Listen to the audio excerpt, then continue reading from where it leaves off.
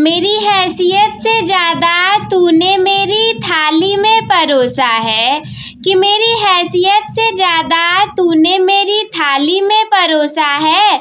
तू लाख मुसीबतें भी दे दे मालिक, मुझे तुझ पे भरोसा है। नमस्कार मेरे प्यारे साथियों, मैं कोमल स्वागत करती हूँ आप सभी का हमारे आज के इस वीडियो में। तो अगर आप भी कक्षा 10 में हैं, आपको देना है 2026 में बोर्ड एग्जाम, तो आज की ये वीडियो आपके लिए बहुत ज़्यादा इम्पोर्टेंट होने वाली है। आप भी अगर विज्ञान विषय को पढ़ते हैं, 2026 में बोर्ड एग्जाम देना है, आप भी एक टॉपर बनना चाहते हैं, आप चाहते हैं कि आपका एक भी नंबर ना कट पाए, तो बिल्कुल आ जाइए आज के इस वीडियो में। पूरे 5 अंक पक्के करा करके जाने वाली हूँ। देखिए, एक एक नंबर से लोग आगे पीछे रह जाते हैं। अगर किसी टॉपिक से आपके 5 अंक पक्के हो ही जा रहे हैं तो इसमें क्या बुराई है, इसको हम पढ़ लेते हैं। देखिए, टॉपिक ये है कि अम्ल और क्षार में क्या अंतर होता है। ये आपके साइंस सब्जेक्ट के केमिस्ट्री में आ सकता है और इसमें ये आएगा पूरे 5 अंकों का। अगर 2 अंक में आएगा तो केवल अम्ल और क्षार की डिफिनेशन लिखने के लिए आएगा। पूरे 5 अंकों में आएगा अम्ल और क्षार में अंतर लिखने के लिए।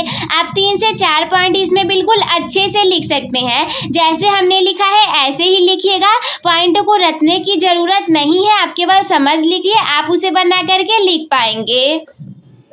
सबसे पहले आप ब्लैक कलर से हेडिंग डाल दीजिए, अम्ल और क्षार में अंतर। एक तरफ आप हेडिंग डाल दीजिए अम्लों को, दूसरी तरफ हेडिंग डालिए क्षार को।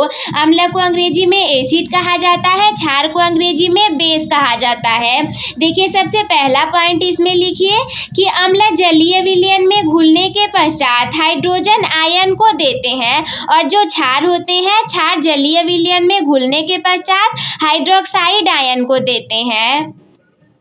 अम्ल में हमेशा याद रखिएगा, जब भी हम जल में किसी अम्ल को घोलेंगे, अम्ल का मतलब क्या होगा, अरे जो स्वाद में खट्टे होते हैं यार, जैसे कि जो नींबू होगा, संतरा होगा, इमली होगी, जितनी भी खट्टी चीजें आप जानते हो वो सारे अम्ल में आ जाएंगे। और वो क्या होंगे, जब भी जल में घोलोगे तो हाइड्रोजन आयन को दे देंगे। लेकिन क्षार की बात करेंगे तो ये हाइड्रोजन की जगह हाइड्रोजन के आगे ओ लगा दीजिएगा, यानी कि OH- हाइड्रोक्साइड आयन को देंगे। अम्ल जो होंगे, अम्ल का पीएच मान हमेशा 7 से कम होगा। देखिए, पीएच स्केल हम लोग जानते हैं 0 से लेकर के 14 तक पूरा होता है। अगर हम पीएच स्केल की बात करें तो देखिए, पीएच स्केल ऐसे होता है 0, 1, 2, 3, 4, 5, 6, 7, 8, 9, 10, 11, 12, 13, 14। अगर आप केवल 7 की बात करेंगे तो ये उदासीन में आ जाएगा। और इसके बाद अगर आप 0 से 6 तक की बात करेंगे तो ये अम्लों की कैटेगरी में चला जाएगा। अगर आप 8 से 13 तक, 14 तक भी आप ले सकते हैं, इसकी बात करेंगे तो ये क्षार की कैटेगरी में आ जाएगा। केवल 14 जो होता है वो लवण की कैटेगरी में चला जाता है। और ये सारी चीज़ें पॉसिबल होती हैं केवल 25 डिग्री सेल्सियस टेम्परेचर के लिए। अगर टेम्परेचर चेंज हुआ, वैसे इतना तो क्लास 10th में बताना है नहीं, लेकिन फिर भी अगर जानते रहिए, टेम्परेचर अगर चेंज होगा तो ये चीज़ें बदल भी सकती हैं। वैसे हमेशा से यही आपको इतना ही जानना है। तो देखिए, आप यही लिखेंगे कि अम्ल का जो पीएच मान है वो 7 से कम होगा, जबकि क्षार का पीएच मान 7 से ज़्यादा हो जाएगा। ये देखिए, अम्लों का है, ये क्षार का है, 7 से अम्ल वाला कम है और 7 से क्षार वाला ज्यादा है। अम्ल का स्वाद, जैसा कि मैंने आप लोग को बताया था, हमेशा से ही खट्टा होता है, और क्षार का स्वाद हमेशा कसैला या कड़वा होता है। अम्ल जो होंगे वो नीले लिटमस पेपर को लाल कर देंगे और क्षार लाल लिटमस पेपर को नीला कर देंगे। अगर अम्ल में आप उदाहरण लिखना चाहें तो एग्जाम्पल के रूप में आप लिख सकते हैं, और क्षार में भी आप एग्जाम्पल के रूप में लिख सकते हैं।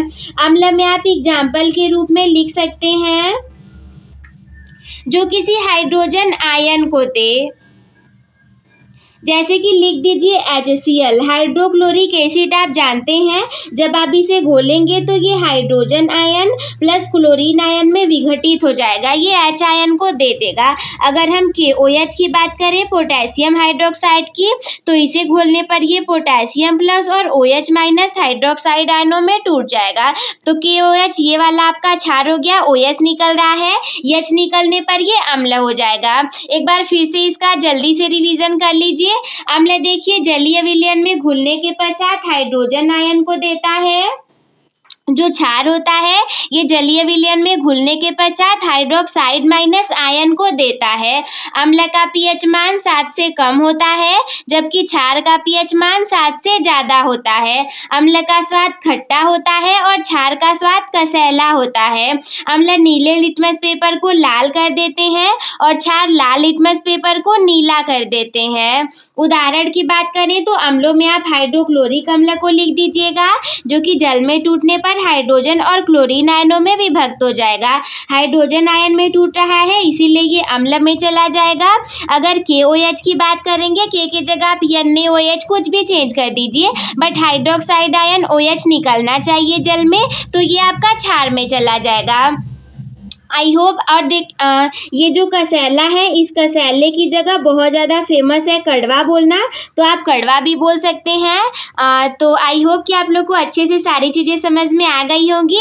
छोटा सा वीडियो था, बहुत बड़ा नहीं था, बट मैंने ट्राई किया कि आप लोग को बहुत अच्छे से आसान भाषा में समझा दूँ और आप लोग के पाचन बिल्कुल पक्के करा दूँ। तो बस दोस्तों, आज के इस वीडियो में इतना ही। अंत में एक मोटिवेशनल शायरी के साथ मैं अपने आज के इस वीडियो को एंड करना चाहूँगी और वो मोटिवेशनल शायरी कुछ इस प्रकार से है।